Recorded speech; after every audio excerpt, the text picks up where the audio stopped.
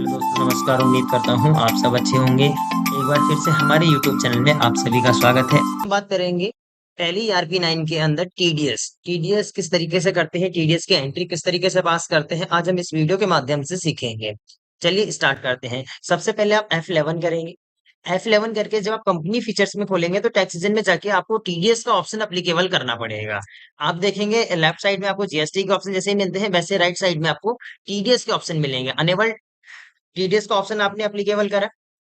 Second आपको option मिलेगा set alter TDS details. आपकी जो टीडीएस की डिटेल्स है, जैसे आपने जीएसटी वाला टॉपिक करा होगा तो आपको पता होगा कि जैसे आप जीएसटी की डिटेल्स को फिल करते हैं, सेम वैसे ही आपको टीडीएस की भी डिटेल इसके अंदर फिल करनी पड़ेगी। तो आप ऑप्शन एप्लीकेबल करेंगे। ऑप्शन एप्लीकेबल करने के बाद आपका टीडीएस रजिस्ट्रेशन नंबर, जो भी आपका रजिस्ट्रेशन नंबर है वो नंबर आप डाल देंगे। टीडीएस आपका अकाउंट नंबर, जिस अकाउंट से आपका टीडीएस रिडक्शन होता है, वो आप नंबर डाल देंगे। देन इसके बाद आप एंटर करके आगे बढ़ेंगे।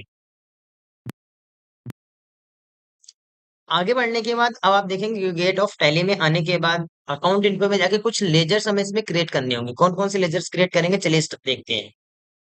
चलिए अकाउंट इन्फो में चल के लेजर्स क्रिएट करते हैं। सबसे पहले जैसे आप रेंट, हम टीडीएस जो फिलहाल कर रहे हैं वो रेंट पे पेड कर रहे हैं, तो हमें एक लेजर क्रिएट करना पड़ेगा रेंट पेड का। और ये आपके लिए इनडायरेक्ट एक्सपेंसेस है, क्योंकि ये कंपनी जब आप रेंट पेड कर रही है, जब कंपनी सपोज करो कंपनी ने कोई लैंड ले रखा है, कोई बिल्डिंग ले रखी है, तो उसका जो रेंट पेड हो रहा है उस पे हम टीडीएस रिडक्शन कर रहे हैं। और किस तरीके से करेंगे देखते हैं। तो आप देखेंगे जैसे रेंट पेड का आप लेजर बनाएंगे तो आपका ये अंडर जाएगा इनडायरेक्ट एक्सपेंसेस। इनडायरेक्ट एक्सपेंसेस आप देखेंगे यहाँ पे लास्ट में एक ऑप्शन मिलेगा इस टीडीएस अप्लीकेबल। जी हाँ, अप्लीकेबल, क्योंकि अगर आप अप्लीकेबल इसे नहीं करेंगे तो टीडीएस शो नहीं होगा। तो जैसे आप देखेंगे nature of payment, nature of payment का में आपको ऑप्शन देगा कि आप इसमें क्या करना चाह रहे हैं। अगर अनफाइन कर देते हैं तो टीडीएस नहीं अप्लीकेबल होगा, एनी करेंगे तो भी नहीं होगा। आपको एक न्यू कैटेगरी क्रिएट करना पड़ेगा। ध्यान रखना, अगर आप टैली 9 के अंदर काम कर रहे हैं तो आपको ऑलरेडी मिल जाएगा, लेकिन टैली ERP9 के अंदर अगर आप काम करेंगे तो आपको नेचर ऑफ पेमेंट क्रिएट करना पड़ेगा कि किस नेचर का आप पेमेंट कर रहे हैं। तो हम यहाँ पे एक न्यू कैटेगरी के नाम से इसमें क्रिएट कर लेते हैं। तो आप रेंट किस चीज का पेमेंट कर रहे हैं, आप बिल्डिंग का पेड कर रहे हैं तो आप रेंट ऑन बिल्डिंग करके एक लेजर क्रिएट करेंगे, या जिसका भी आप पेड कर रहे हैं वो लिख लेंगे। इसका जो सेक्शन नंबर होगा 194I, और पेमेंट कोड होता है 41B। देन अब आप ये देखेंगे इसकी जो लिमिट है विथ पैन, अगर आपके पास पैन कार्ड है तो आपको 10% पेमेंट करना है। अगर पैन कार्ड नहीं है तो 20% कंपलसरी पेमेंट होती है, कि आपको 20% पेमेंट करना पड़ेगा इसका। पैन कार्ड है तो 10% लिख देते हैं। और जो इसकी लिमिट होती है, जो मिनिमम लिमिट है, वो 2,40,000 रुपए है। 2,40,000 तक अगर आप पेमेंट करते हैं तो आपको टीडीएस नहीं देना है। अगर इसके ऊपर आप पेमेंट करते हैं रेंट, तो आपको टीडीएस रिडक्शन करना पड़ेगा।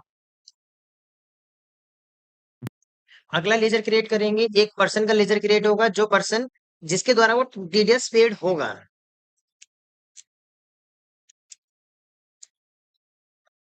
टीडीएस अप्लीकेबल करेंगे इसमें भी। बॉडी ऑफ इंडिविजुअल, कंपनी का टीडीएस बेसिकली पेमेंट हो रहा है, बट पेमेंट करने वाला एक पर्सन है, तो इसलिए बॉडी ऑफ इंडिविजुअल इसे रखते चलेंगे।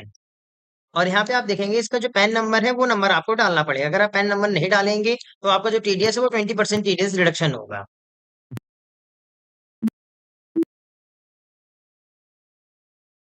इसके बाद एक लेजर क्रिएट होगा टीडीएस का,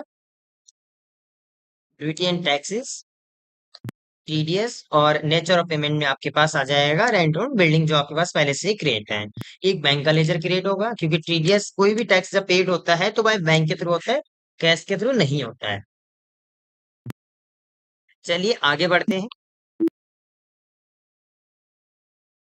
आगे बढ़ने के बाद आप अकाउंटिंग वाउचर में आएंगे। अकाउंटिंग वाउचर में F9 करेंगे।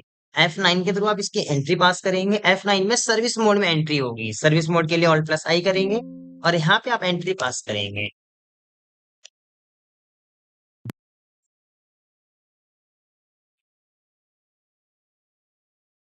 तो आपने पार्टी नेम सेलेक्ट करना है, जिस पार्टी नेम का आपने वहां पे नेम मेंशन करा होगा। अब आप सिलेक्ट करेंगे रेंट ऑन रेंट पेड, और रेंट पेड के अमाउंट जैसे सपोज करो आपने 2,10,000 रखी है।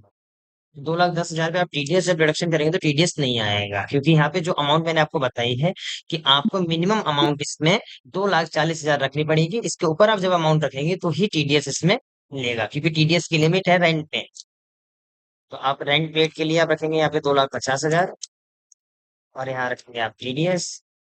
तो देखिए आप टीडीएस आपका आ गया। यहाँ पे आप रख सकते हैं, जैसे आपने ये आपका रेंट पेड हो रहा है और ये आपका टीडीएस है, यहाँ पे आप लिख भी ये एंट्री हो गई। अब आप बैलेंस शीट में जाके चेक कर सकते हैं। बैलेंस शीट में जाइए, आप करंट लायबिलिटीज में देखेंगे और आपका टीडीएस के नाम से 25,000 आपके सामने आ गया। अब इसे पेड करने के लिए क्या करते हैं, अकाउंटिंग वाउचर और F5 करेंगे। F5 पेमेंट, तो यहाँ पे आप ऑल्ट प्लस एस के थ्रू भी पेमेंट कर सकते हो, डायरेक्ट पेमेंट भी कर सकते हैं। ऑल्ट प्लस आप करेंगे तो टीडीएस, आप इसमें डेट वगैरह सिलेक्ट करेंगे, बाकी की डिटेल्स इसके में अपने आप आ जाएंगे।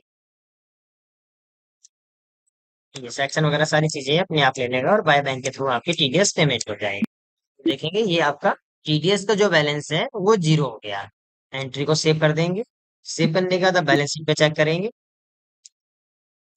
बैलेंस शीट में जब एंट्री चेक करेंगे तो देखेंगे करंट लायबिलिटीज में जो आपका ड्यूटी एंड टैक्सेस के नाम से बैलेंस हो रहा था वो कंप्लीट हो गया, कि आपने पहले टीडीएस रिडक्शन करा और फिर टीडीएस आपने पेमेंट भी कर दिया है। उम्मीद करता हूँ आपको ये वीडियो समझ में आई होगी, ये टॉपिक भी आपका क्लियर हुआ होगा। अगर किसी भी तरीके से डाउट है तो हमें कमेंट करके या व्हाट्सएप के थ्रू बता सकते हैं।